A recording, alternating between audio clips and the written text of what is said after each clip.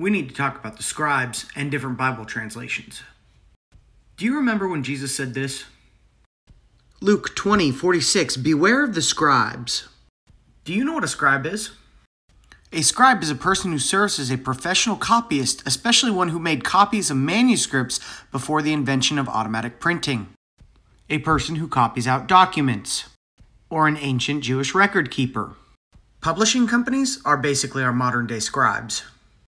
And we do need to be aware of them. Let me show you what I mean. Mark 7:18, do you not see that whatever goes into a person from outside cannot defile, since it enters not the heart but the stomach and goes out into the sewer? Thus he declared all foods clean. Did you catch what was inside the quotations? Thus he declared all foods clean. Well, first of all, no, he didn't. There's tons of proof that he didn't. And they're not taking into account the cultural context. Jesus was always being tested by the Pharisees because he was making waves with his teachings. He was differentiating between the commandments of men and the commandments of God. And the Pharisees didn't like that he was breaking down their commandments.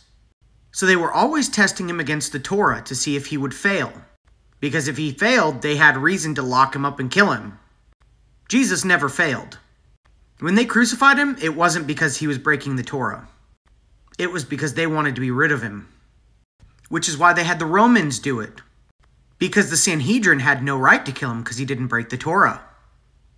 And when you see stuff like this inside the text, that is the scribes adding it in for you. This particular passage is out of an NRSV, copyrighted by the 1989 Division of Christian Education. Now sometimes what they put in there is helpful. For instance, take a look at this. Whatever support you might have from me is Corban. That is an offering to God. You see, they add stuff in there like this. And it's their interpretation of what it says or what it means.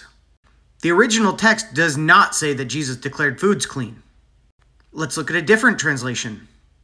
This is the same passage from a good old-fashioned KJV.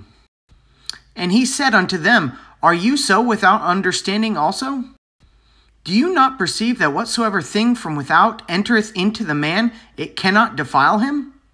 Notice how on this particular translation, there's no quotes that say, thus he declared all foods clean. This is why I recommend you read many Bible translations and not just one.